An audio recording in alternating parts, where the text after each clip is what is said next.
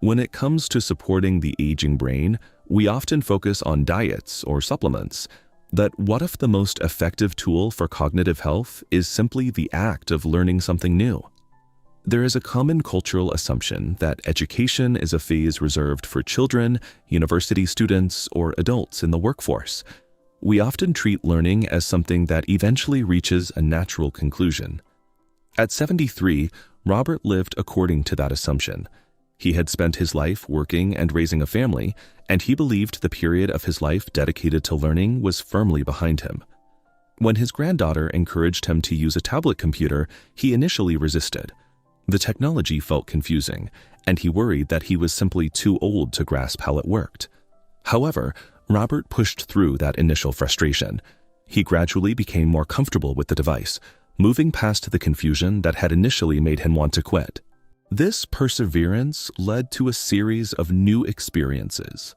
Soon, Robert was taking online classes, practicing digital photography, and connecting with a new social circle of people who shared his interests. Robert's journey reflects a biological reality. Curiosity drives learning at any age, and the discomfort of a new task is the first step toward building a more resilient mind.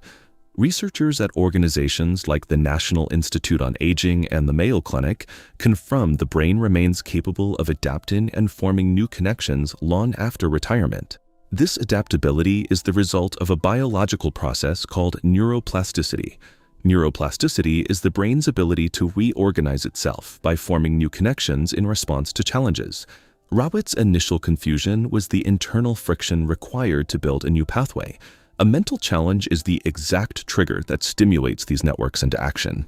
This active internal reorganization supports a range of cognitive functions, including memory, attention, and the ability to solve complex problems.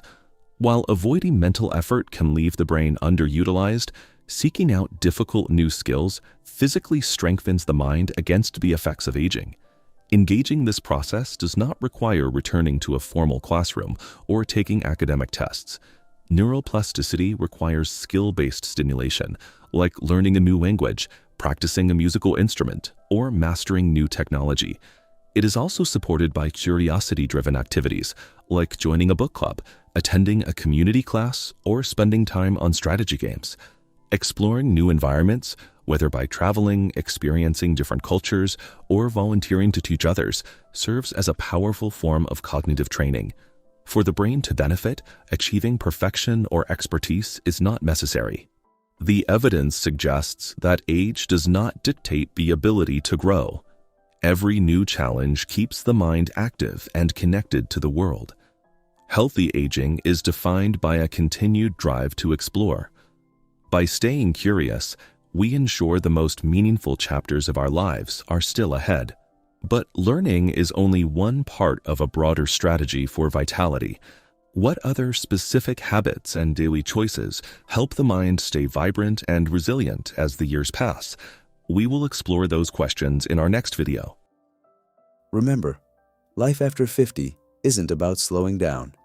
It's about living stronger, healthier, and happier. If you enjoyed this video, please like and subscribe, and share it with someone you care about. This is Longevity After 50, adding life to years, one step at a time.